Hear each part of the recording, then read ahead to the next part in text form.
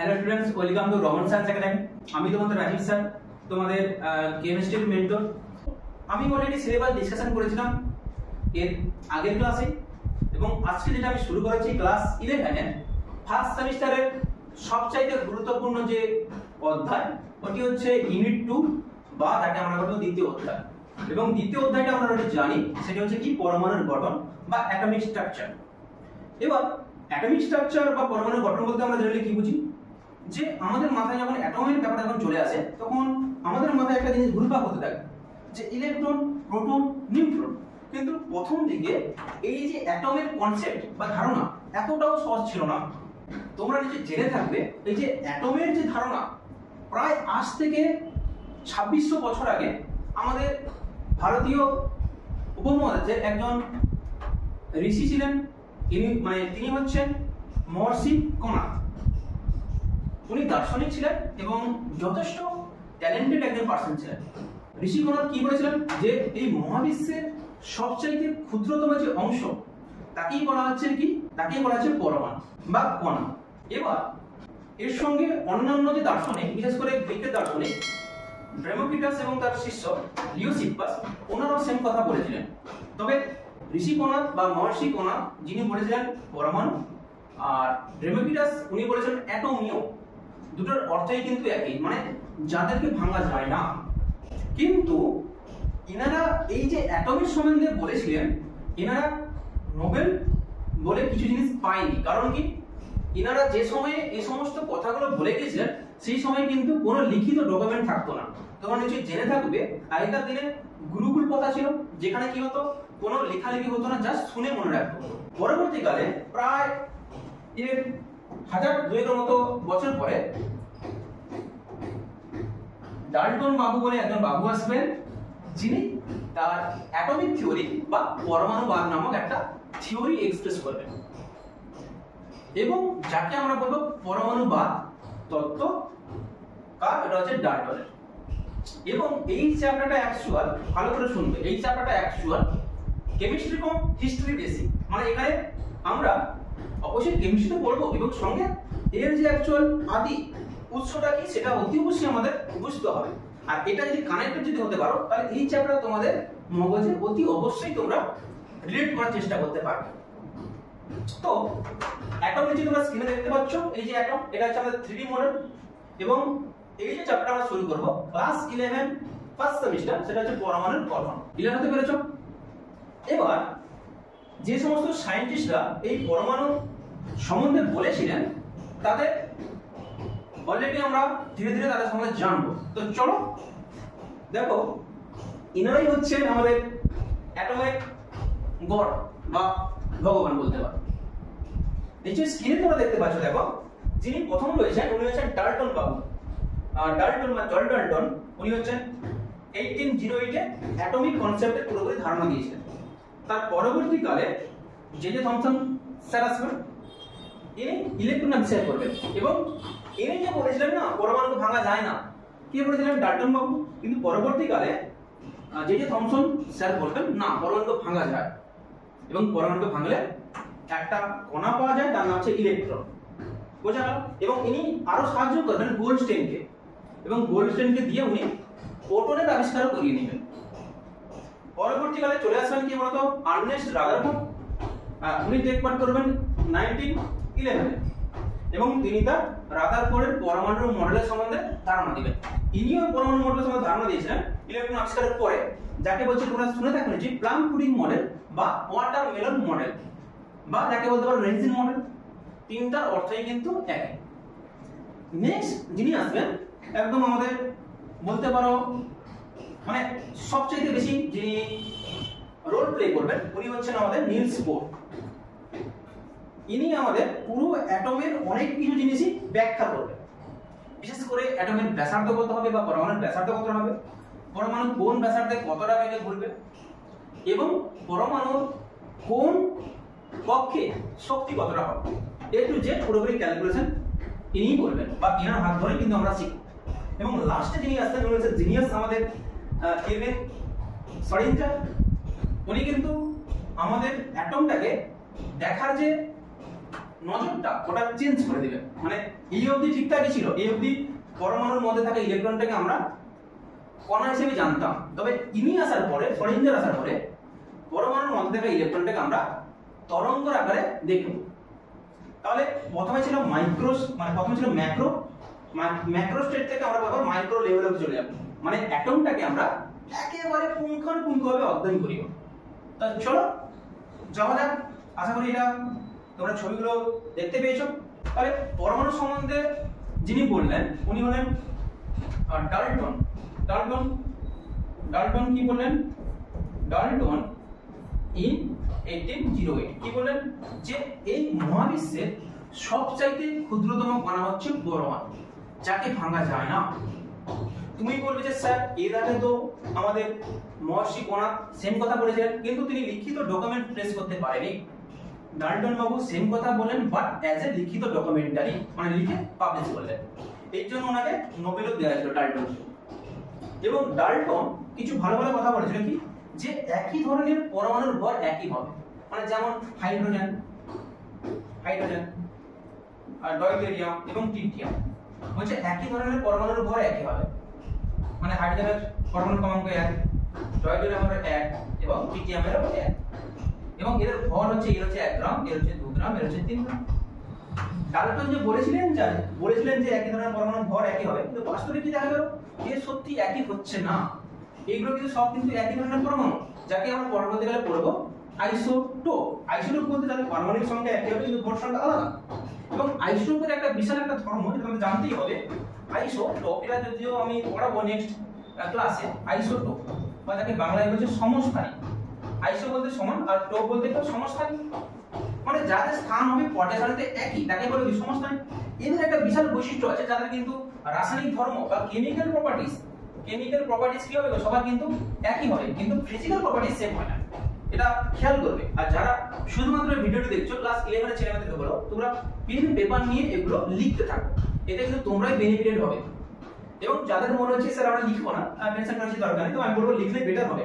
এবং তোমরা এই যাবতীয় যা সমস্ত পিডিএফ আমাদের টেলিগ্রাম চ্যানেলে তোমরা পেয়ে যাবে। ডোন্ট ওয়ারি, আমরা A to Z তোমাদের সাহায্য করব। তোমরা নিশ্চয়ই বন্ধুদের সঙ্গে ভিডিওগুলো শেয়ার করবে এবং অবশ্যই লাইক করবে এবং কমেন্ট অতি অবশ্যই করবে। তোমার কি সুবিধা হলো, কি অসুবিধা হলো, তোমাদের জন্যই তো আমরা বসেছি, তাই না? চলো নেক্সট টপিক বা এটা। তাহলে কি বললো যে একই ধরনের পরমাণুর ভর একই হবে, ভিন্ন ভিন্ন ধরনের পরমাণুর ভর ভিন্ন হবে। কিন্তু কি দেখা গেল, দেখো এগুলো কিন্তু একই ধরনের পরমাণু কিন্তু সবার ভর ভিন্ন। এটা কার মাধ্যমে ডিস্টিংগুইশ হলো? আইসোটোপের মাধ্যমে। তাহলে ডাল্টন যে প্রথম থিওরি দিয়েছিল সেটা কিন্তু ভুল। আচ্ছা, এরপরে কি বলেছিলাম যে ভিন্ন ভিন্ন পরমাণুর ভর ভিন্ন হবে। ক্যালসিয়ামের যদি অ্যাটমিক নাম্বার দেখি বা পরমাণুর ক্রমাঙ্ক কত হয় গো? ক্যালসিয়ামের হয় 20 আর আর্গনের হয় কত? 18। ক্যালসিয়ামের ভর কত হয়? 40 গ্রাম আর আর্গনের কত? 40 গ্রাম। ক্যালসিয়াম এবং আর্গন দুটো কিন্তু ভিন্ন ভিন্ন পরমাণু, তার সত্ত্বেও এদের ভর কিন্তু একই। কিন্তু ডাল্টন কি বলেছিল? ভিন্ন ভিন্ন পরমাণুর ভর ভিন্ন হবে, কিন্তু বাস্তবে কি দেখা গেল ভিন্ন ভিন্ন পরমাণুর ভর কিন্তু একই। আর একে বলবো কি আইসোবার। তাহলে এই তত্ত্ব ভুল। মানে মোদ্দা কথা ডাল্টন যে সমস্ত মানে তত্ত্ব দিয়েছিলেন বা ব্যাখ্যা করেছিলেন ম্যাক্সিমাম তত্ত্বই ভুল। তাও ওনাকে নোবেল দেওয়া হয়েছিল, কারণ তিনি আপাতত একটা ওয়ার্ড ইউজ করেছিলেন যে অ্যাটম নামে কোন একটা জিনিস আছে। উনি বলেছিলেন বলেই পরবর্তীকালে এই সম্বন্ধে আমরা অধ্যয়ন করতে পারছি। বোঝা গেল নিশ্চয়ই বলো। এবার এই 1808 প্রায় 70 বছরের মতো পরে, মানে 1878 দিকে বিভিন্ন সায়েন্টিস্টদের মাথায় কোশ্চেন ঘুরপাক হবে যে সত্যি কি পরমাণু ভাঙা যায় না? সাপোজ এই স্টাইলার আছে, এই স্টাইলার যদি ভেঙে টুকরো টুকরো করে দেই, তাহলে এখানকার মানে সবচেয়ে যে ক্ষুদ্র ক্ষুদ্র কণাগুলো তাকেই বলবো পরমাণু। এবং ইনি বললেন কি এই ক্ষুদ্র ক্ষুদ্র পরমাণুগুলো ভাঙা যায় না বা ডিভাইড করা যায় না। সেটা কত সালে করেছিল? 1808। এবং তার 70 বছর মতো পরে অন্যান্য সায়েন্টিস্ট আসবেন, William Crookes, J Thomson, Michael Faraday, Benjamin Franklin, অনেক সায়েন্টিস্ট আসবে। ওনাদের মাথায় একটা কোশ্চেন ঘুরপাক হবে যে সত্যি কি অ্যাটমকে ভাঙা যায় না? এরপর ওনারা এক্সপেরিমেন্ট শুরু করবে এবং পুরোপুরি এক্সপেরিমেন্ট করার পরে আমরা কিছু জিনিস জানতে পারবো, যেটা কি যে সত্যি পরমাণু ভাঙা যায়। এবং এখান থেকে আমরা 3টা পোর্শন পাবো। একটা হচ্ছে স্থায়ী, একটা হচ্ছে অস্থায়ী কণা, আর একটা কি বলবো, একটা হচ্ছে সংমিশ্রণ মানে কম্পোজিট। স্থায়ী কণাগুলো নিচে তোমরা জেনে থাকবে একটা কি ইলেকট্রন, তাই তো ইলেকট্রন, এবং কি বলতো প্রোটন, যাকে আমরা এসএস করব কি পি দ্বারা, এবং তারপর কি থাকবে নিউট্রন, নিউট্রন মানে এন, এবং কিছু অস্থায়ী কণা থাকবে যাকে বলছে কি পজিট্রন হতে পারে, মেসন হতে পারে, তাই না, নিউট্রন হতে পারে এবং অ্যান্টি নিউট্রিনো হতে পারে। এগুলো খেয়াল করবে তোমরা, যদি নতুন জানছো খাতা পেনে বা তোমাদের বইতেও তোমরা পেয়ে যাবে।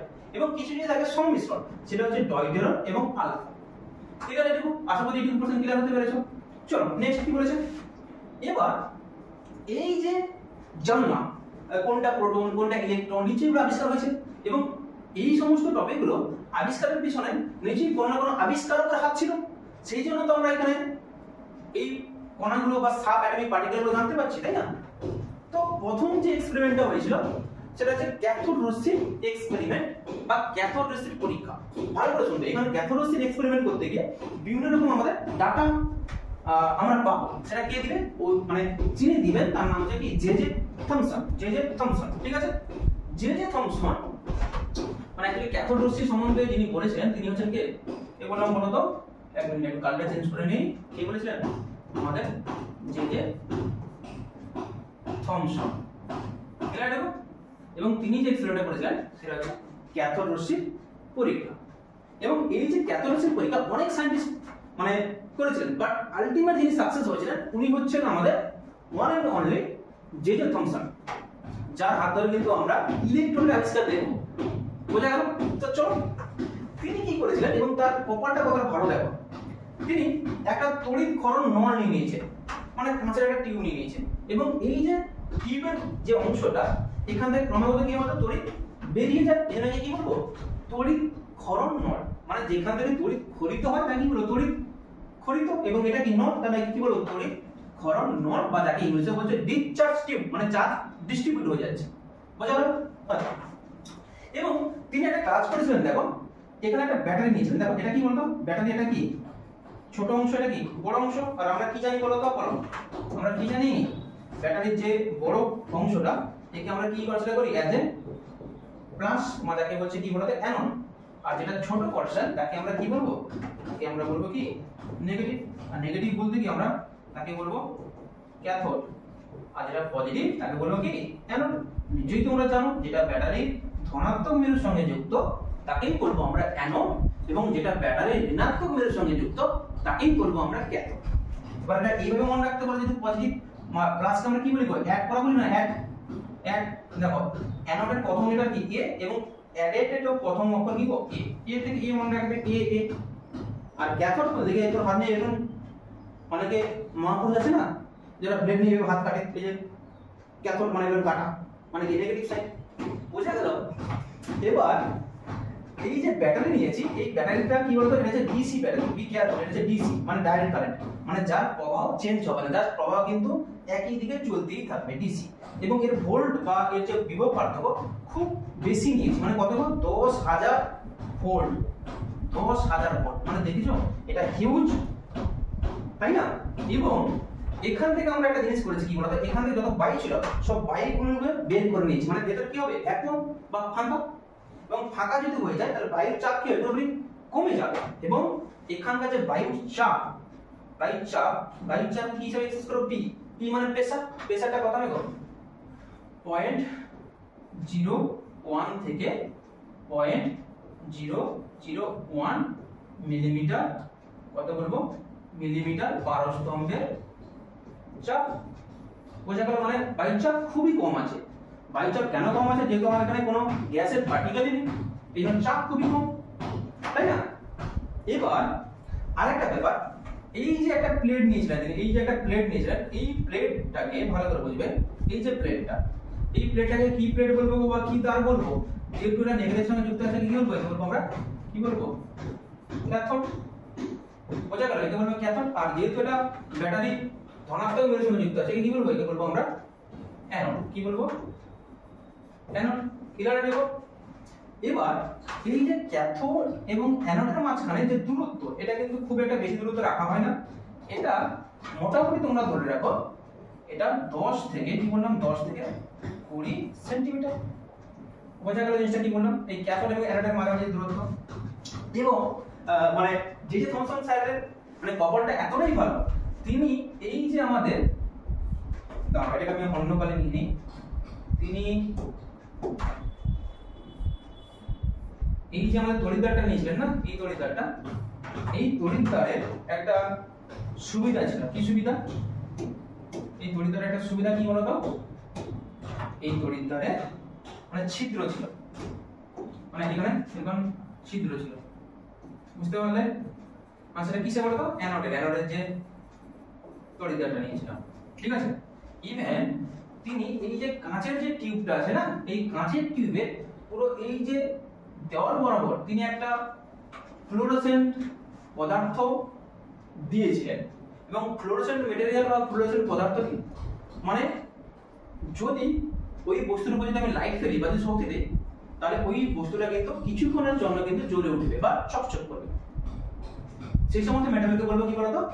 ফ্লোরোসেন্ট। বিশেষ করে তোমরা আগেকার দিনে যে টিভি গুলো ছিল না, যাদের পিকচার টিপ থাকতো, পিকচার টিপ, ওখান থেকে পিছন থেকে একটা রশ্মি পাঠানো হতো, তারপর যে ক্যাথোড, এবং ওখানে কিন্তু আমরা ফ্লোরোসেন্ট মেটেরিয়াল আমরা ইউজ করতাম, বোঝা গেল? কিন্তু আগেকার দিনে যে টিভি গুলো বন্ধ করার সঙ্গে সঙ্গে কিন্তু বন্ধ হতো না, কিছুক্ষণ পরে একটা আলোর একটা ঝলক দিয়ে সেটা কিন্তু বন্ধ হতো। নিশ্চয়ই যারা পুরোনো টিভি আছে তারা বুঝতে পারবে ব্যাপারটা।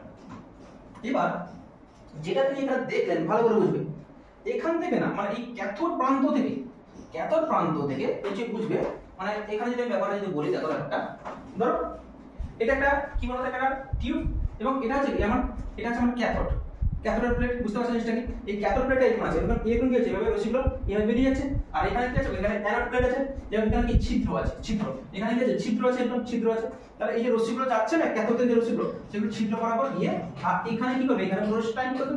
কোথায় স্ট্রাইক করবে বলো?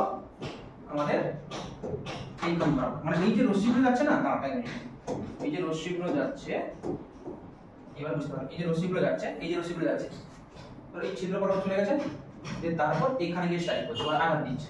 সিমিলারলি এখান থেকে আরো রশ্মি বেরোবে, এই ছিদ্র বরাবর এখানে চলে আসবে, আরো রশ্মি বেরোবে, এই রশ্মিগুলো কি রশ্মি করবো? এই রশ্মিগুলোকে আমরা ক্যাথোড রশ্মি বলবো, যেহেতু এগুলো আমাদের ক্যাথোড থেকে বেরিয়ে যাচ্ছে, তাই না? তাহলে কি বলবো? এগুলো ক্যাথোড রশ্মি। এবার ভালো করে বুঝবে জিনিসগুলো, এখানে জিনিসগুলো, এই যে রশ্মিগুলো পেলাম, একে বলবো কি আমরা ক্যাথোড রশ্মি।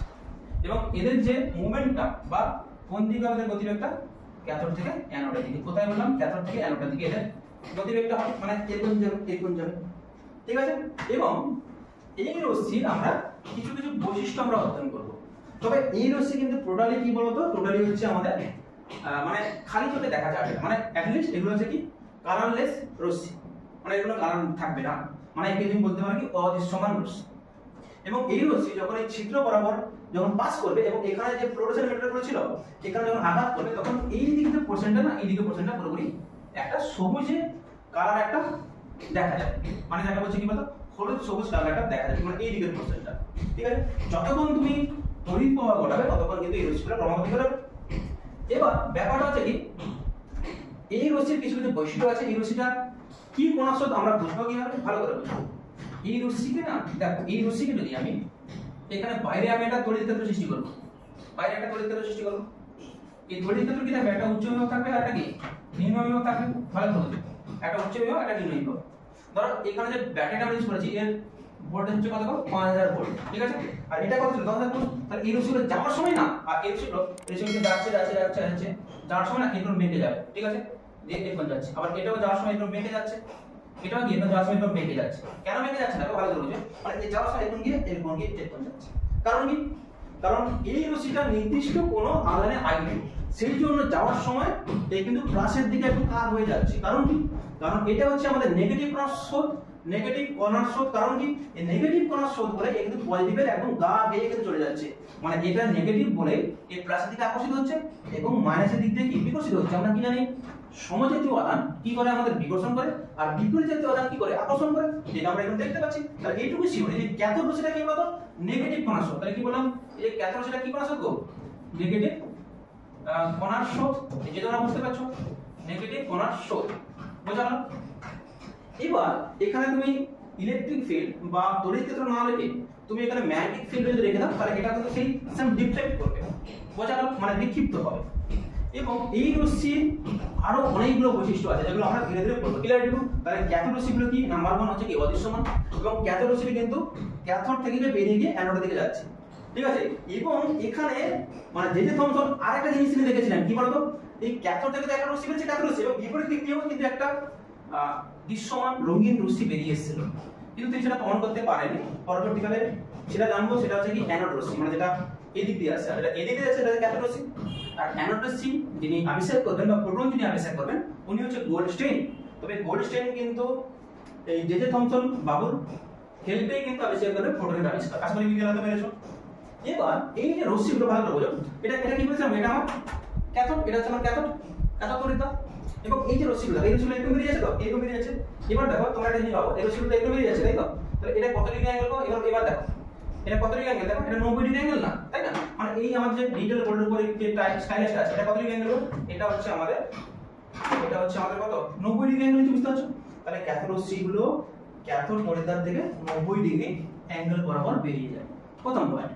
নাম্বার 2, ক্যাথোড রশ্মির একটা কি আছে বলতো, গতিবেগ আছে। বুঝবো কিভাবে? জে থমসন কি করেছিলেন, কিছু ছোট ছোট প্যাডেল নিয়েছিলেন, মানে টিনি প্যাডেল, ওই সাইকেলের প্যাডেল কিন্তু না, যে বড় বড় প্যাডেল, ছোট ছোট প্যাডেল নিয়েছিলেন। এবং প্যাডেল নিয়েছিলেন, আমি প্যাডেলের ছবিগুলো জাস্ট আমি একটা রাবারে নিয়েছি, ধরো এটা একটা প্যাডেল, এটা প্যাডেল না, আমি কি বলছি করা কিন্তু দেখো, এটা ধরনের একটা প্যাডেল, ঠিক আছে?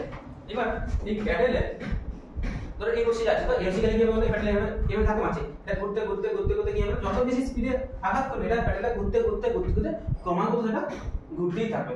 তুমি এখানে ভোল্টেজ বাড়িয়ে দাও, এই যে প্যাডেলের যে ঘূর্ণনটা আরো স্পিড হয়ে যাবে। তুমি এখানে 10,000 থেকে বাড়িয়ে 20,000 বড় করে দাও, এই যে প্যাডেলগুলো আরো স্পিডে ঘুরবে। এর তুমি ভোল্টেজ আরো কমিয়ে দাও, তাহলে কি হবে, এই যে প্যাডেলের যে গতিবেগ একটু কমে যাবে। আসলে ক্লিয়ার হতে পেরেছো? ক্লিয়ার? আচ্ছা, অলরেডি বলেছি এই রশ্মি 90 ডিগ্রি অ্যাঙ্গেলে বেরোবে, এটা একটা গতিবেগ থাকবে। তাহলে গতিবেগ থাকবে মানে কি, অবশ্যই এটা একটা নির্দিষ্ট দিকে যাবে, যেটা ক্যাথোড থেকে অ্যানোড দিকে যাচ্ছে। বোঝা গেল না? এবার আরেকটা ব্যাপার দেখো, এই রশ্মিটা সরলরেখা বরাবর যায়, বুঝবো কিভাবে? আচ্ছা, জে থমসন ছিলেন কি অ্যাজ এ খ্রিস্টান, মানে খ্রিস্টানদের একটা বৈশিষ্ট্য দেখবে, ওনারা গলায় কিন্তু জিসাস ক্রাইস্টের লকেট ইউজ করতেন। ইনি কি করেছেন, তার লকেটটাকে খুলে না, তার লকেটটাকে খুলে এখানে রেখে দিয়েছেন, এটা হচ্ছে যিশু খ্রিস্টের একটা লকেট, ঠিক আছে? এই লকেটের যে ছবিটা সেটা কিন্তু এইখানে এই তড়িৎদ্বারে বা অ্যানোডে কিন্তু তার একটা প্রতিচ্ছবি সৃষ্টি হবে। যেহেতু আমার রশ্মি এই দিক দিয়ে যাচ্ছে, ধরো শ্যাডো কিভাবে তৈরি হয়, ধরো আমি এখানে দাঁড়িয়ে আছি, সামনে থেকে লাইট পড়ছে, তাহলে আমার যে শ্যাডো সেটা কিন্তু বোর্ডের এইখানে দেখা যাবে, তাই না? তাহলে লাইট যদি এভাবে আসে, আমি যদি অস্বচ্ছ যদি বস্তু হই, তাহলে আমাদের শ্যাডো পেছনে তৈরি। এর হচ্ছে এটা অস্বচ্ছ বস্তু, লাইট বলছে, মানে ক্যাথোড রশ্মি হয়ে যাচ্ছে, আর এর যে প্রতিচ্ছবি আমরা এখানে পাচ্ছি। ক্লিয়ার হতে পেরেছো? তাহলে এটা সরলরেখা বরাবর যায়। ক্লিয়ার? আচ্ছা, এর আরো কিছু স্পেশাল বৈশিষ্ট্য আছে। এ না গ্যাসকে আয়নিত করতে পারে, মানে কেমন, ধরো এটা ভাইটাল পয়েন্ট, গ্যাসকে আয়নিত করতে পারে। তারপর যেটা হাইড্রোজেন ছিল, হাইড্রোজেন একটা প্রোটন একটা ইলেকট্রন, তাই তো? একটা প্রোটন একটা ইলেকট্রন। এবার ব্যাপারটা দেখো, এইভাবে রশ্মি যাচ্ছে, ক্যাথোড থেকে রশ্মি যাচ্ছে, এইভাবে গিয়েছিল, রশ্মি অ্যাপ্লাই করেছে, এই কি হবে, এই রশ্মিটা গিয়ে ইলেকট্রন আঘাত করবে, তাহলে ইলেকট্রন কি হবে, এখান থেকে বেরিয়ে যাবে, তাই না? ইলেকট্রন যদি বেরিয়ে যায়, এখান থেকে একটা ইলেকট্রন পাবো, আর সঙ্গে কি পাবো, এটা যেটা হাইড্রোজেন ছিল কি পাবো, হাইড্রোজেন প্লাস পেলাম। তাহলে এটা কি ছিল, প্রথম ছিল হাইড্রোজেন, তারপরে কি হলো হাইড্রোজেন প্লাস, মানে গ্যাসকে আয়নিত করলো না, আয়নিত করলো, মানে ক্যাটায়ন তৈরি হলো। বোঝা গেল না? আশা করি জিনিসগুলো ক্লিয়ার হতে পেরেছো। ইভেন এই রশ্মি যদি কোনো বস্তুর উপর যদি পড়ে, তাহলে ওই বস্তুর কিন্তু উষ্ণতা পরপর বাড়তে থাকবে। ক্লিয়ার তো? মানে এই সমস্ত যাবতীয় যা পয়েন্টগুলো বইতে সুন্দরভাবে দেওয়া আছে। ক্লিয়ার? আর সবচেয়ে যেটা বড় কথা দেখো, জে থমসন এই যে রশ্মি নাম দিয়েছিল কি বলতো, নেগেট্রন, যেহেতু নেগেটিভ এর বিষয়কে নেগেট্রন। পরবর্তীকালে সায়েন্টিস্ট টনিক এর নাম দিলেন ইলেকট্রন। ক্লিয়ার? দেখো ইলেকট্রন নাম কিন্তু মানে জে থমসন দেননি, যিনি দিয়েছিলেন উনি হচ্ছে টনিক। এবং জে থমসন আরেকটা ভালো কাজ দেখলেন, সেটা কি বলতো, এখানে যেটা আমরা দেখলাম সেটা হচ্ছে কি, যে এই রশ্মি মানে এখানে যে তড়িৎদ্বার নিচে তার উপর নির্ভর করে না, মানে এখানে তড়িৎদ্বার তুমি সোনা নিতে পারো, লোহা নিতে পারো, রূপা যা নিয়ে নাও, রশ্মি কিন্তু ক্রমাগত বেরিয়ে যাচ্ছে। মানে এই রশ্মিগুলো এমন কিছু রশ্মি যেটা কিন্তু সমস্ত বস্তু থেকে বেরিয়ে আসে, যাকে বলবো কি ফান্ডামেন্টাল রশ্মি, মানে একদম বেসিক রশ্মি। যদি এটা এখানে যদি সোনা নিতাম, তাহলে যদি সোনা থেকে যদি শুধু বেরোতো, বা যদি রূপা থেকে শুধু যদি বেরোতো, তাহলে বলতাম কি এটা স্পেসিফিক, মানে শুধুমাত্র রূপা বা গোল্ড থেকে বেরোয়। কিন্তু এটা কি সমস্ত ধাতু থেকে বের হচ্ছে। আর এটা কি বলবো, এটা এমন কিছু রশ্মি বা এমন কিছু কণা যেটা সমস্ত বস্তুর কাছে বেরিয়ে আসে। ক্লিয়ার? ইভেন তুমি এখানে তড়িৎদ্বার চেঞ্জ করে দাও, এটা চেঞ্জ করে দাও, রশ্মি কণা মতো বের হবে। ইভেন তুমি এখানে গ্যাস চেঞ্জ করো, এখানে তুমি হাইড্রোজেন রাখতে পারো, হিলিয়াম রাখতে পারো, নিয়ন যাই রাখো না কেন, এই গ্যাসটা কিন্তু মানে এখানে তুমি যে কোনো গ্যাস রাখো না কেন, এই রশ্মিগুলোর মতো বেরোতেই থাকে। মানে মোটা কথা এই যে রশ্মিটা এখানকার তড়িৎদ্বার এবং এর মধ্যে থাকা গ্যাসের উপর নির্ভর করবে না। ক্লিয়ার না এর উপর। এবং তিনি আরেকটা ভালো কাজ করেছিলেন যে থমসন, ওটা হচ্ছে সবচেয়ে ভাইটাল কাজ। সেটা কি? তিনি যেটা করেছিলেন E/m মানে ইলেকট্রনের আধান এবং ইলেকট্রনের ভরের অনুপাত বের করেছিলেন। তিনি কিন্তু ইলেকট্রনের পার্টিকুলার আধান বের করেননি এবং ইলেকট্রন ভর বের করেননি, তাদের অনুপাত বের করেছিলেন। মানে তোমরা কনফিউশন হয়ে গেলে স্যার এই তার মধ্যে পার্থক্য, বিশাল পার্থক্য আছে। ধরো আমি বললাম আমার কাছে ধরো গরু মানে কাউ এবং ধরো আমার কাছে গাধা মানে ডাঙ্কি। কাউ এবং ডাঙ্কির আমার কত কথা আছে বলতো? 5:1। তাহলে এখান থেকে আমি কি গরুর সংখ্যা কত এবং গাধার সংখ্যা কত সেটা জানতে হবে? নিশ্চয়ই জানতে পারবো না। এটাও তো 5:1। এটা এখানে ধরো বললাম 500 আর এখানে ধরো বললাম 100। এটা মানে হতো সেই 5:1। আর কি ধরো বলবে যে 5000:1000। এটাও মানে কি বলতো? এটাও মানে কত? 5:1। তাহলে পার্টিকুলার অনুপাত থেকে আমরা কখনোই সংখ্যা নির্ণয় করতে পারবো না। অনুপাত বলতে জাস্ট অনুপাতই করেছিলেন। কিভাবে লিখব? তিনি পার্টিকুলার এর আধান মানে ইলেকট্রন আধান এবং ভর নির্ণয় করেননি, শুধুমাত্র অনুপাতটা নির্ণয় করেছিলেন। ক্লিয়ার তো? যেটা অলরেডি দেখলাম আমরা। এবং এর যে অনুপাতটা কত সেটা হচ্ছে 1.76 ইনটু 10⁻11 কুলম্ব পার কেজি বা কেজি ইনভার্স। দেখো ইলেকট্রন বা আধানের ইউনিট কি হয় গো? কুলম্ব, এবং ভরের একক কি হয়? কেজি। মানে কুলম্ব বাই কেজি বা কুলম্ব বাই কেজি। বোঝা গেল না? ক্লিয়ার? একটু এর পরবর্তীকালে সায়েন্টিস্ট মিলিকান তার অয়েল ড্রপ বা তৈলবিন্দুর মাধ্যমে এই ইলেকট্রনের চার্জ আবিষ্কার করে ফেলেন। এবং ইলেকট্রনের চার্জ কত হয়? 1.602 ইনটু 10⁻19 কুলম্ব। যেটা তোমরা অলরেডি জানো লোয়ার ক্লাসে। কত বললাম? ইলেকট্রন আধান কত হয় গো? ইলেকট্রন আধান হয় 1.602 ইনটু 10⁻19 কুলম্ব। আর সামনে যেহেতু ইলেকট্রন, সামনে তুমি এখানে একটা মাইনাস দিতে পারো। বোঝা গেল? এটা কি? এটা এসআই এককে। আর সিজিএস কত হবে গো?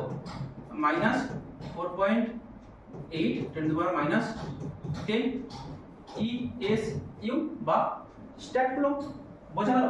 এটা কিন্তু তোমাদের সিলেবাসে নেই, এটা তোমরা এনসিইআরটি এর বইতে পেয়ে যাবে, যাকে বলছে মিলিকানের অয়েল ড্রপ এক্সপেরিমেন্ট। পরবর্তীকালে এখান থেকে আমি আরেকটা জিনিস জানতে পারবো, সেটা কি? এখান থেকে কিন্তু ইলেকট্রন ভরও জেনে যাবো। এবং ইলেকট্রনের ভর মাস বি তোমরা নোট রাইট ডাউন করে। ইলেকট্রন ভর কত হবে? মাস অফ ইলেকট্রন মানে এটা হচ্ছে m মানে মাস আর e মানে ইলেকট্রন। ইলেকট্রনের ভর কত হবে? 9.11 ইনটু 10⁻31 কেজি। ক্লিয়ার তো? লিখো এটাকে আমরা গ্রামে কনভার্ট করতে পারি। মানে কেমন? দেখো আমরা কি জানি গো, 1 কেজি সমান কত গো? 1000 গ্রাম। কত গ্রাম? 1000 গ্রাম, তাই না? তাই এখানে বসিয়ে দাও মাস অফ ইলেকট্রন বা ইলেকট্রন ভর কত? 9.11 ইনটু 10⁻31। আচ্ছা এটাকে 1 দ্বারা গুণ করো, তাহলে 1 কেজি। তো ধরা বললাম কি হয় পাচ্ছি? ধরা বললাম a গুণিতক 1 মানে কি? আলটিমেটলি a পাচ্ছি। তাহলে এই যে পুরো টার্মটা গুণিতক 1 মানে কি? এটাই ফিরে আসবে আমাদের। তাহলে তুমি কত বসাবো? 1 কেজি জায়গায় কত বসাবো? 1000 বলো 1000 গ্রাম।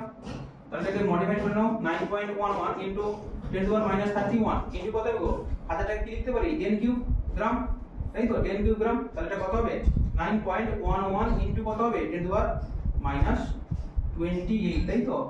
28 গ্রাম। এই ডাটাটা একদম স্টার্ট দাও, প্রচুর কাজে লাগবে। ইলেকট্রনের ভর বোঝা গেল? এবার ভরটা কিভাবে নির্ণয় করছি দেখো আমরা। ভরটা আমরা কিভাবে নির্ণয় করছি দেখো। আমরা কি জানি? আমরা যেটা জানি দেখো ভালো করে বুঝবে। আমরা অলরেডি ইলেকট্রনের আধান বাই ভর এটা কত জানি গো? অলরেডি জানি কত? 1.76 ইনটু 10⁻11 কুলম্ব পার কেজি বা কেজি ইনভার্স। আচ্ছা ভালো কথা। আচ্ছা ইলেকট্রন আধানটা আমরা জেনে গেছি, সেটা কত? -1.602 ইনটু 10⁻19 কুলম্ব, তাই তো? আচ্ছা এবার আমি কি করব? আমি এখানে ভর বের করতে চাই তো, তাহলে কি করব দেখো? E বাই যদি E/m করে দিই, তাই তো? আচ্ছা দেখো এখানে দেখো E/m এর ভ্যালু জানি আর এর ভ্যালু জানি। আমি এর ভ্যালু জানি, আমি এর ভ্যালু জানি। আর E/m এর ভ্যালু বসাও কত হবে? বলো এর ভ্যালু কত? 1.6 সরি 1.76 into 10^11 কুলম্ব পার কেজি, বোঝা গেল? আচ্ছা বাই কত হবে গো? এটা হবে 1 পয়েন্ট, আমরা সাইনটা নিচ্ছি না, জাস্ট ভ্যালুটাই নিচ্ছি। আর ডোন্ট ওয়ারি, দেখো 102 into 10^11 কত? -19 কুলম্ব, ঠিক আছে। আচ্ছা এটা ভ্যালুটা পরে দিচ্ছি, তাহলে এটা কি হবে গো? এটাকে ডিভাইড করো, e ইনটু কি হবে? m বাই e, মানে এটা কাটাকাটি করলে কি হবে? শুধুমাত্র m পাবো, মানে বল এটা করলে কত হবে? কাটাকাটি করলে 9.11 10^11 মাইনাস কত হবে? 31 কেজি। বোঝা গেল এটা কি বললাম? এটা পুরোপুরি ক্যালকুলেশন করতে পারবে, ক্যালকুলেশন করার পর এটা পাবো, এবং এটা প্রচুর ইম্পর্টেন্ট, ভালো করে। আরেকটা ব্যাপার, দেখো মাস অফ প্রোটন, মানে প্রোটনের ভরটা কিন্তু ইলেকট্রনের ভরের 1836 গুণ, মানে 1836 ইনটু কত? মাস অফ ইলেকট্রন, মানে একটা ইলেকট্রনের ভর যদি 1 গ্রাম হয়, একটা প্রোটনের ভর কিন্তু 1836 গ্রাম হবে। বোঝা গেল? আর মাস অফ নিউটন কত হবে? মাস অফ নিউটনটা কিন্তু ইলেকট্রনের তুলনায় 1837 গুণ ভারী। এটা কি মাস অফ ইলেকট্রন, মানে ইলেকট্রনের ভর, এটা হচ্ছে নিউটনের ভর। বোঝা গেল? আচ্ছা এবার দেখো ব্যাপারটা কি বলেছি আমি, চলো এটা কি হলো? আমার ক্যাথোড রশ্মিটা অলরেডি হয়ে গেল। এবার চলো অ্যানোড রশ্মি। তাহলে ক্যাথোড রশ্মি থেকে আমরা কি পেলাম গো? ক্যাথোড রশ্মি থেকে আমরা ইলেকট্রনের পুরোপুরি আবিষ্কার হয়ে গেল, মানে ক্যাথোড রশ্মি থেকে যেটা আমরা আবিষ্কার করলাম সেটা হচ্ছে ইলেকট্রন। বোঝা গেল জিনিসটা কি বললাম?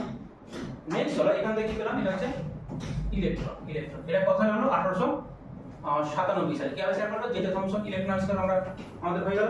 নেক্সট হলো অ্যানোড। এবার অ্যানোড রশ্মিটা কি বলতো? এটা যদি মাইনাস যদি হয় আর এটা যদি প্লাস যদি হয়, তাহলে এটা আমি দেখে কিন্তু বুঝতে পারছি এটা কি গো? এটা হচ্ছে আমাদের কি বলো? ক্যাথোড, তাই তো? আর এটা কি? এটা হবে আমাদের ওয়ান এন্ড অনলি নট, ঠিক আছে। এবার এখানে একটা ব্যাপার দেখো, এখানে চাপটা না আগের তুলনায় একটু বাড়িয়ে দিয়েছি, মানে কত? এটা দিয়েছি 0.1 মিলিমিটার পার আটমের চাপ। আর চাপ বেশি মানে কি? এখানে কি থাকবে? গ্যাসের পার্টিকেল থাকবে। এখানে কি গ্যাস নিয়েছি? হাইড্রোজেন। এখানে কি গ্যাস নিয়েছি? Hydrogen gas. ভালো করে বুঝবে এখানে কি নিয়েছি? Hydrogen gas. আচ্ছা তোদের প্রথম কোশ্চেন, স্যার অন্যান্য গ্যাস থাকে, আপনি শুধুমাত্র হাইড্রোজেন গ্যাস কেন নিয়েছেন? তাই না? স্বাভাবিকভাবে প্রশ্ন হতে পারে। তবে এখানে কেন নিয়েছি এবার দেখো ভালো করে। ধরো E বাই m এর যে অনুপাত কখন বেশি হবে? যখন E তো সবার একই, ইলেকট্রনের আদান, হাইড্রোজেন হলো 1.6 × 10⁻19 কুলম্ব, হিলিয়াম হলো সেম, লিথিয়াম হলো সেম, কিন্তু এদের ইলেকট্রন আদান সেম হতে পারে, কিন্তু ভর সবার কিন্তু সমান না। এখানে m এর ভ্যালু যার যত কম হবে বা ভরের মান যার যত কম হবে, ওভারঅল E বাই m এর যে মান সর্বোচ্চ হবে। মানে শুধুমাত্র দেখো হাইড্রোজেনের ভর কত হয়? শুধুমাত্র 1 গ্রাম, তাই তো? তাহলে E বাই m এর ভ্যালু যদি ম্যাক্সিমাম করতে যাই, তাহলে এখানে m টাকে মিনিমাম করতে হবে। সেটা তখনই সম্ভব যদি এখানে হাইড্রোজেন, এই জন্য আমরা এখানে কি নিয়েছি? হাইড্রোজেন নিয়েছি। এবার এখানে দেখো ক্যাথোড থেকে ক্যাথোড রশ্মি পুশ করে বের হবে, দিয়ে এখানে যে ইলেকট্রনটা আছে না, ইলেকট্রন কি হবে? আঘাত করবে। আচ্ছা আঘাত করার ফলে কি উৎপন্ন হয়? কি বলেছিলাম? ক্যাথোড রশ্মি এমন একটা রশ্মি যেটা কিন্তু গ্যাসকে কি করতে পারে? আয়নিত করতে পারে। তাহলে এই ইলেকট্রনকে উড়িয়ে দেয়, ইলেকট্রনকে বের করে দিবে। তাহলে কি হবে? এখান থেকে হাইড্রোজেন প্লাস এবং কি হবে গো? ইলেকট্রন, তাই তো? এখানে হচ্ছে অনেকগুলো কি হাইড্রোজেন প্লাস উৎপন্ন হবে, অনেকগুলো হাইড্রোজেন প্লাস উৎপন্ন হবে, সব গ্যাসকে আয়নিত করবে। বোঝা গেল?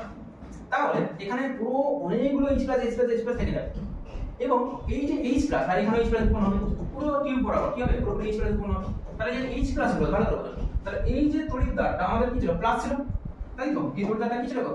আমাদের প্লাস ছিল, প্লাস ছিল এটা, মানে যেটা আমাদের কি অ্যানোড, আর এটা কি ছিল? আমাদের মাইনাস, তাই তো? তাহলে এখন যে রশ্মিগুলো তোমরা দেখে বলো, এটা আমাদের কি H প্লাস, তাহলে এই H প্লাস এদিকে না জীবনে যাবে, এটাও প্লাস এটাও প্লাস, তাহলে এই কোন দিকে আসবে? এই এরকম ঘুরে ঘুরে ঘুরে ঘুরে ঘুরে ঘুরে এই দিকে আসবে। মানে কি বলতো? এটা ক্যানেলে রাখা আছে, ক্যানেল, যেটা কি বলা হয়? ক্যানেল রে। বোঝা গেল? মানে কিভাবে মানে ভিড়ের মধ্যে দিয়ে যাবে, ক্যানেল রে। তাহলে এটা কিন্তু এইখান থেকে ঘুরে ঘুরে ঘুরে ঘুরে এই মাইনাসের দিকে আসবে, কারণ কি?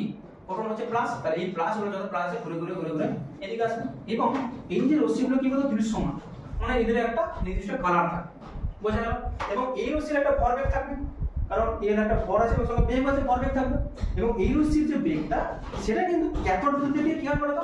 আমরা যে প্রথমে ক্যাথোড রশ্মি পড়েছিলাম, এই ক্যাথোড রশ্মি থেকে কিন্তু এর মানে বেগটা অনেকটা কম হবে, কারণ কি? এর ভর বেশি, তো এটা প্রোটন, আর H প্লাস মানেই তো কি? প্রথমে হাইড্রোজেন ছিল, তার কাছে কি আমি ক্যাথোড রে পাস করেছি, সঙ্গে সঙ্গে কি হলো? একটা হাইড্রোজেন এবং একটা ইলেকট্রন। আর এটা মানে কি? এটা মানে তো প্রোটন, তাই তো? এটা মানে তো প্রোটন, ক্লিয়ার? এটা মানে তো প্রোটন। এই প্রোটনগুলো ঘুরে ঘুরে ঘুরে ঘুরে ক্যাথোডের দিকে আসছে। আর ওখানে কি ছিল? ক্যাথোডে, ক্যাথোড থেকে ক্যাথোড রশ্মি উৎপন্ন হয়েছিল, কিন্তু এখানে অ্যানোড থেকে কিন্তু অ্যানোড রশ্মি উৎপন্ন হয়নি। এখানে কিন্তু গ্যাস থেকে কিন্তু অ্যানোড রশ্মি উৎপন্ন হয়েছে। Be careful. বোঝা গেল? চেক করলাম, বোঝা গেল? এবং পরবর্তীকালে এটা কে করেছিল? এটা আবিষ্কারক কে গো? এটা হচ্ছে গোল্ডস্টেইন। কি বলবে? গোল্ডস্টেইন। গোল্ডস্টেইন কি আবিষ্কার করলো? গোল্ডস্টেইন আবিষ্কার করলো কি? প্রোটন। কি বললাম? প্রোটন। ঠিক আছে, ক্লিয়ার দেখো। আশা করি পুরোপুরি এটা বুঝতে পেরেছো। কিছু নেই এগুলো। সেখানে ক্যাথোড থেকে রশ্মি ক্যাথোডে গিয়েছিল, আর এখানে কিন্তু অ্যানোড থেকে আসেনি, গ্যাসের আয়ন থেকে ঘুরে ঘুরে ঘুরে ঘুরে এখানে আসছে। ক্লিয়ার হতে পেরেছো? একে বলছি কি অ্যানোড রশ্মি। এবার নেক্সট চলো, নেক্সট কি বলেছে? ক্যাথোড হলো, অ্যানোড হলো, মানে ইলেকট্রন হলো, প্রোটন হলো। এর পরে কি আসবে? এর পরে আসবে, এর অনেক বছরের মধ্যে পরে কি আসবে গো? 1932 এ কি আসবে? স্যাডউইক। কি বললাম? স্যাডউইক। এর অনেক বছর পরে কি আসবে বলো তো? স্যাডউইক। কি আসবে? স্যাডউইক। ইংরেজি বলে স্যাডউইক। ঠিক আছে, স্যাডউইক বা স্যাডউইক। কি আবিষ্কার করবে? নিউট্রন। ধরো আমি বললাম আমার কাছে একটা মোবাইল আছে, তাহলে আমি যদি মোবাইল যদি ভেঙে ফেলি, তাহলে ব্যাটারি পাবো, ক্যামেরা পাবো, তার মোবাইলের কভার দিয়ে থাকে কভার পাবো। কেন পাচ্ছি? ছিল বলেই কিন্তু পেয়েছি। যদি না থাকতে পেতাম না। সিমিলারলি ব্যাপারটা কি হচ্ছে বলতো? যখন অ্যাটমের যখন আমরা ওজন যখন বের যখন করলাম, তখন একটা সমস্যা হলো। কি সমস্যা? তখন একটা সমস্যা হলো কি, যে ধরো লিথিয়াম ধরো বললাম, লিথিয়ামের অ্যাটমিক পরমাণু কত? 3। হাইড্রোজেন, হিলিয়াম, লিথিয়াম, তাহলে এটা 3 গ্রাম হওয়ার কথা, যেহেতু প্রোটন 3টা আছে। কিন্তু বাস্তবে কি দেখা গেল? এর ভর আছে 7 গ্রাম। নিশ্চয়ই পরমাণুর মধ্যে এমন আরেকটা কণা আছে যেটা মানে নিস্তড়িত, অতি অবশ্যই নিস্তড়িত থাকবে, এবং যার ভরটা কার সঙ্গে সমতুল্য? অবশ্যই প্রোটনের সঙ্গে সমতুল্য। বলেই কিন্তু এই যে ভরটা মোটামুটি ডাবল হয়ে গেছে। ক্লিয়ার? মানে কেমন দেখো, ভালো করে বোঝো। ধরো আমি একটা বেরিলিয়াম কণা নিয়েছি। এই বেরিলিয়াম কণার ভর কত? 9 গ্রাম, এবং এর অ্যাটমিক নাম্বার কত? 4 বা পরমাণু ক্রমাঙ্ক। হাইড্রোজেন, হিলিয়াম, লিথিয়াম, বেরিলিয়াম, এবং এই হিলিয়াম কণা দ্বারা হিলিয়াম বলতে হিলিয়াম না বলে তোমরা আলফা কণা, হিলিয়াম কণা বা এটাকে আলফা কণা বলবে। এটা হচ্ছে 4, এটা হচ্ছে 2, এটা কি আলফা। ঠিক আছে, একে যখন আঘাত করব, তখন এখান থেকে নতুন ধরনের আরেকটা পরমাণু উৎপন্ন হবে, কার্বন, এবং সঙ্গে আরেকটা পার্টিকেল উৎপন্ন হবে। আচ্ছা, এখানে ভর কত? 9 × 13। তাহলে এখানে আমরা কত? কার্বনের ভর হচ্ছে 12 গ্রাম, আর এখানে মিশিয়ে কত হবে? অ্যাটমিক নাম্বার কত? 6। তাহলে দেখো 9 × 13, এখানে কত আছে? 12। তাহলে এখানে 1 এখানে থাকবে, আর এটা কত? 0 বলতে কি? দেখো এটা মানে এখানে 6টা প্রোটন থাকবে, 6টা ইলেকট্রন থাকবে, কিন্তু এখানে প্রোটন ইলেকট্রন কিছু পাচ্ছি না। তাহলে এই যে কণাটার নাম কি? এটা হচ্ছে আমাদের নিউট্রন, যেটা কি আবিষ্কার করবে? স্যাড বা চ্যাড ইন 1913। আসলে ক্লিয়ার হতে পেরেছো? ঠিক আছে। আচ্ছা, যেকোনো একটা পরমাণু, তাহলে আমি বললাম এর একটা পরমাণু, এই পরমাণুর উপরে কি থাকবে? পরমাণুর উপরে থাকবে কি বলতো? অ্যাটমিক মাস, এবং নিচে থাকবে কি? জেড। যেটা বলতে পরমাণুর ক্রমাঙ্ক, আর এর বলতে পরমাণুর ভর। আর পরমাণুর ভর বলতে কি? নিউক্লিয়াসের মধ্যে থাকবে পরমাণুর ভরটা, আর পরমাণুর ভর বলতে কি? নিউট্রন প্লাস কি? প্রোটন। আর নিউট্রন n দ্বারা প্রকাশ করব, আর প্রোটনটা কি দ্বারা প্রকাশ করব? এটা মানে তো প্রোটন। ঠিক আছে, তাহলে এখানে n সমান কত পাবো? n সমান a - z। এটা বক্সের মধ্যে নিয়ে নাও, এখান থেকে কোশ্চেন হতে পারে। ঠিক আছে, আচ্ছা চলো, আশা করি এগুলো ক্লিয়ার হতে পেরেছো। নেক্সট চলো, এখানে কিছু কোশ্চেন করা যাবে নাকি? আচ্ছা, এই মডেলটা মানে ব্যাপারটা কি?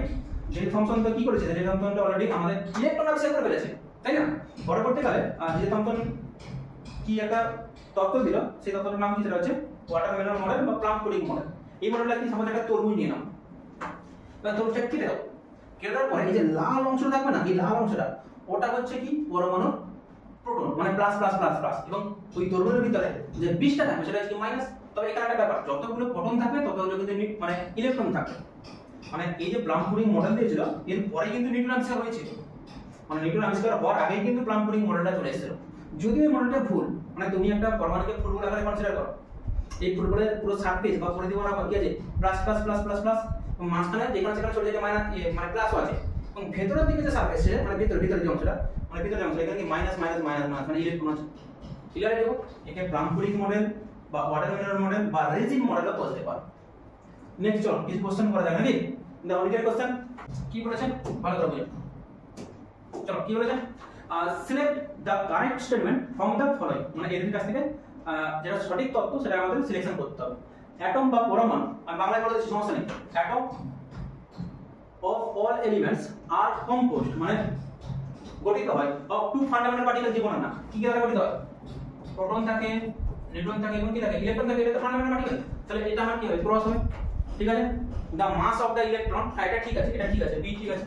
আচ্ছা, তাহলে বলছে all isotopes of given element show same chemical properties, মানে একই ধরনের রাসায়নিক ধর্ম দেখাবে, হ্যাঁ এটাও ঠিক আছে, তুই বলেছিস আইসোটোপের সময়। আচ্ছা, proton and electrons are collectively known as nucleon, একদমই না। নিউক্লিয়ন বলতে কি, নিউক্লিয়ন মানে থাকবে নিউট্রন এবং প্রোটন যদি থাকতো। এখানে কি দিয়েছে, এখানে যেটা দিয়েছে প্রোটন এবং ইলেকট্রন, তাহলে এটাও কাটা, ডিটাও কাটা। ডাল্টন অ্যাটমিক থিওরি মানে ডাল্টনের যে পরমাণু তত্ত্বটা রিগার্ড মানে গণ্য করা হয় the atom as ultimate particle of material. আচ্ছা, মানে পদার্থের একদম ক্ষুদ্র কণা বলতে পারো, হ্যাঁ এটাও ঠিক আছে। ঠিক আছে, তাহলে কি ঠিক হলো, বি এবং সি এবং ই কোথায় কোথায় আছে দেখো, বি সি এবং ই, হ্যাঁ অপশন সি। আর তুমি এখানে দেখে বুঝতে পারবে, দেখো এটা কাটা, তাহলে যেখানে যেখানে এ আছে সেখানে কেটে দাও, এটা কেটে দাও, এটা কেটে দাও, এলিমিনেশন প্রসেস হয়ে গেল। মানে কোশ্চেন করার আগে ওকে এলিমিনেট প্রসেসে জানতে হবে, মানে কোনটা কোনো অ্যানসার হতে পারে না, বোঝা গেল। আর এখানে তো ডি হচ্ছে না, তাহলে এখানে ডি আছে, তাহলে ডিটা কেটে দাও, তাহলে আলটিমেট আমার অ্যানসার কি হবে, অপশন সি। এটা অপশনে এসেছে, এটা আছে আমাদের এখানে রিসেন্ট নিট 2023 এবং এটা এনসিইআরটি পেজ নাম্বার কত গো, 29 পেজে তোমরা পেয়ে যাবে, বোঝা গেল। আচ্ছা চলো নেক্সট কোশ্চেন কি বলেছে, দা নাম্বার অফ প্রোটনস মানে প্রোটনের সংখ্যা কত দিয়েছে, 175। আচ্ছা হোক 75 প্রোটন রেসপেক্টলি আর নিউট্রন। আচ্ছা আচ্ছা আচ্ছা, দেখা যাক কি বলেছে। মানে এখানে একটা কোশ্চেন টাইপিংটা করতে একটু ভুল হয়েছে, উপরে থাকে 175 আমি লিখে দিচ্ছি, আর নিচে থাকবে কত বলো তো, 71, বোঝা গেল। আচ্ছা, দিয়ে কি জানতে চাইছে, এখানে জানতে চাইছে কি জানতে চাইছে, আর প্রোটন জানতে চাইছে প্রোটন, তারপরে কি জানতে চাইছে নিউট্রন, এবং লাস্টে কি জানতে চাইছে ইলেকট্রন। আচ্ছা, এটা কি সংখ্যা গো, এটাই হচ্ছে কি আমাদের জেড। জেড বলতে কি, জেড বলতে প্রোটন আর জেড বলতে কি ইলেকট্রন, তাহলে প্রোটন এবং ইলেকট্রন সংখ্যা কত, 71, তাই তো। আচ্ছা, নিউট্রন সংখ্যাটা কিভাবে পাবো, দেখো নিউট্রন সংখ্যা বলতে কি, মানে ভালো করে এটা কি, এটা হচ্ছে আমাদের পরমাণুর ভর। আচ্ছা, পরমাণুর ভরকে আমরা কি হিসেবে এক্সপ্রেস করি, a মানে অ্যাটমিক মাস বা পরমাণুর ভর সমান কি জানি, z ইনটু n মানে নিউট্রন সংখ্যা। তাহলে নিউট্রন সংখ্যা সমান কি হবে, a z, মানে কি a বলতে হচ্ছে 175 মানে পরমাণুর ভর, আর z বলতে কি 71, এটাকে বিয়োগ করা কত 107। তাহলে এখানে কি জানতে চাই প্রোটন, তাহলে প্রোটন এখানে 71, ঠিক আছে। তারপর কি জানতে চাই নিউট্রন, রেসপেক্টিভলি বলতে পর প্রথমে প্রোটন জানতে চাইছে, প্রথমে প্রোটন, তারপর কি জানতে হয়েছে নিউট্রন, তারপর কি ইলেকট্রন। প্রোটন কত 71, ইলেকট্রন 71, এটা কত 104। তাহলে এই অর্ডার কোথায় আছে দেখো, হ্যাঁ অপশন 1 মানে অপশন এ ক্লিয়ার। দেখো এটা আমি নিচের কোশ্চেনগুলো করলাম। এবার চলো প্রথম কোশ্চেন কি বলেছে, যে ক্যাথোড রশ্মি সম্পর্কিত কোন উক্তিটি সঠিক নয়, মানে কোনটা ভুল। আচ্ছা, প্রথমটা দেখা যাক, ক্যাথোড রশ্মি ক্যাথোড থেকে উদ্ভূত হয়, হ্যাঁ এটা ঠিক আছে, এটা ঠিক আছে আমাদের, তাই না, এটা আমাদের ঠিক আছে। আচ্ছা, ভুল বলতে ভুল জানতে চাইছে, এটা আমাদের ঠিক আছে। আচ্ছা হোক, ক্যাথোড রশ্মি নির্মিত ধাতুর প্রকৃতির উপর ক্যাথোড রশ্মি গঠনকারী কণার ভর এবং আধান নির্ভর করে না, হ্যাঁ নির্ভর করে না, যেটা আমরা দেখলাম যে এখানে কি ধরনের তুমি ধাতু মানে ধাতু নিয়েছো, মানে সোনা হোক বা রূপা হোক বা আয়রন হোক, তার উপর নির্ভর করে না। এই রশ্মি কিন্তু ক্রমাগত সবার কাছ থেকে বেরোতেই থাকবে, এটা আমরা দেখেছিলাম। আচ্ছা, এটাও ঠিক আছে, ক্যাথোড রশ্মি সম্পর্কিত। আচ্ছা, এটা অপশন সি। আচ্ছা, এটা কি বলেছে, তড়িৎ মক্ষণ উপস্থিত গ্যাসের প্রকৃতির উপর ক্যাথোড রশ্মি গঠনকারী কণার ভর এবং আধান নির্ভর করে না, এটা নির্ভর করে না। তাহলে অপশন হবে আমাদের বি। কারণ কি বলতো, আমি বলেছিলাম কি ক্যাথোড রশ্মিটা আমাদের তড়িতের মানে যে তড়িৎদ্বারটা নিচ্ছি সেই তড়িৎদ্বারের প্রকৃতির উপর নির্ভর করবে না, মানে কি ধরনের নিচ্ছি এবং এখানে কি ধরনের গ্যাস নিচ্ছি। এখানে কি বলেছে, তড়িৎকরণ নলে উপস্থিত গ্যাসের প্রকৃতির উপর নির্ভর কি করে নির্ভর করে বলেছে, করবে না। তুমি হাইড্রোজেন নিতে পারো, হিলিয়াম নিতে পারো, তাই না, নির্ভর করবে না। কিন্তু এখানে কি বলেছে, নির্ভর করবে। তাহলে আমাদের এখানে অপশন কোনটা হবে গো, অপশন হবে আমাদের বি, ঠিক আছে। আচ্ছা নেক্সট চলো কি বলেছে, ক্যাথোড রশ্মি সম্পর্কিত কোন উক্তিটি সঠিক নয়, মানে কোনটা সঠিক নয় আর এই রশ্মির গতিপথে অস্বচ্ছ বস্তু রাখলে প্রতিচ্ছবি সৃষ্টি হবে, হ্যাঁ ঠিক, একদম ঠিক। এই রশ্মি গঠনকারী কণাগুলোর ভর এত হয়। আচ্ছা, ভর কিন্তু এটা হয় না, ভর কত হয় গো, ভর হয় 9.11 × 10⁻31 কেজি, কিন্তু এখানে কি দিয়েছে গ্রামে, গ্রাম এখানে সরি এখানে কেজিতে দিয়েছে, কিন্তু কেজিতে কি দিয়েছে, ভুল দিয়েছে। কেজিতে কত হয় 10⁻31 হয়, এখানে কত দিয়েছে 28, তাহলে ভুল। আচ্ছা, অপশন বি, এটা ঠিক আছে, অপশন ডি, হ্যাঁ এটাও তো ঠিক আছে, জাস্ট ভুল আছে কোনটা, অপশন সি। তাহলে এটাই হবে আমাদের সঠিক, মানে উত্তর হবে এটাই, মানে ক্যাথোড রশ্মি কোনটা সঠিক নয় বলেছে, তাহলে এটাই সঠিক নয়। আচ্ছা, অ্যানোড রশ্মি আবিষ্কার কে, অনেক অ্যানোড রশ্মি আবিষ্কার করে গোল্ডস্টাইন, তাই না। স্যাডিক হচ্ছে কি নিউট্রন, তাই তো। অ্যানোড রশ্মি বা প্রোটন কে আবিষ্কার করে গোল্ডস্টাইন, আর থমসন কি ইলেকট্রন, তাই না। চলো নেক্সট কি বলেছে, অ্যানোড রশ্মি সম্পর্কিত কোনটি সঠিক নয়। আচ্ছা, এদের মধ্যে কোনটা সঠিক নয়, সঠিক নয় কোনটা, অপশন দেখা যাক। এই রশ্মি গঠনকারী বলা E বাই m ধ্রুবক, না এটা সঠিক নয়। এটা আচ্ছা E বাই m এর ভ্যালু কিন্তু চেঞ্জ হতে পারে, কারণ কি হাইড্রোজেন নিলে ভ্যালু কি বেড়ে যায় আর হিলিয়ামের ভ্যালু কমে যাবে, তাহলে এটা কিন্তু সঠিক নয়। 5 এর দাগের কথা হবে আমাদের 5 এর দাগের অপশন হবে A, ঠিক আছে। চলো নেক্সট প্রশ্ন 6 দাগে নিউটন আবিষ্কারটা হলো, নিউটনকে আবিষ্কার করব এই যে স্ট্যাটিক থেকে নিউটন। আচ্ছা নিউটনের ভর, আচ্ছা নিউটনের ভর কি বলেছিলাম, নিউটনের ভর এবং কোণের ভর কি বলেছিলাম, প্রায় সেম। বা আমি বলেছিলাম না, দেখো মাস অফ প্রোটন সেটা কি হয় 1834 জুল, কত না ইলেকট্রনের ভরের তুলনায় এটা হবে, মানে ইলেকট্রন ভরের তুলনায় কত 1834 জুল বেশি, আর মাস অফ নিউটন কত 1837, কত না বেশি ইলেকট্রনের তুলনায়, তাহলে এর হচ্ছে 1836, এর হচ্ছে 1837, মানে ইলেকট্রনের ভর যদি 1 গ্রাম হয় প্রোটনের ভর হবে কত গো, বসিয়ে দাও 1836 গ্রাম, আর ইলেকট্রনের ভর যদি 1 গ্রাম হয় তাহলে নিউটনের ভর কত হবে 1837 গ্রাম, তাহলে নিউটনের ভরটা প্রোটন থেকে সামান্য বেশি। নিউটনের ভরটা কোথায় আছে দেখো, কোথায় আছে কি বলেছে এটাকে, একটি প্রোটনের ভর, আচ্ছা নিউটনের ভর একটি প্রোটনের ভর থেকে সামান্য বেশি, তাহলে অপশন হবে কি সি, দেখতে পাচ্ছি তো দেখো নিউটনের ভরটা প্রোটনের থেকে সামান্য বেশি, তাহলে অপশন কি হবে আমাদের, অপশন হবে সি, তাই তো। আচ্ছা অপশন হবে আমাদের কত, অপশন হবে আমাদের সি, তাই তো। চলো নেক্সট লাস্ট কোশ্চেন কি বলেছে, লাস্ট কোশ্চেন বলেছে আমাদের ক্যাথোড ক্ষেত্রে কোনটি কখনোই সঠিক নয়, মানে ক্যাথোড ক্ষেত্রে কোনটা সঠিক হবে না। আচ্ছা কি বলেছে, এদের গতিশক্তি বর্তমান, আচ্ছা এদের বস্তুর উপর আপতিত হলে তার তাপের প্রভাব পড়বে, হ্যাঁ এটা ঠিকই আছে, অবশ্যই উষ্ণতা বাড়ে, এগুলো চুম্বক তরঙ্গ, বা এটা হবে না, এটা হবে এটা মানে তড়িৎ চুম্বকীয় তরঙ্গ একদমই না, তড়িৎ চুম্বকীয় তরঙ্গ বলতে কি বলতো লাইট, বোঝা গেল। আর আশা করি কোশ্চেন নেই, ব্যাস শেষ হয়ে গেছে। থ্যাংক ইউ সো মাচ, আবার সেকেন্ড লেকচার দেখা হচ্ছে খুব তাড়াতাড়ি। Thank you so much.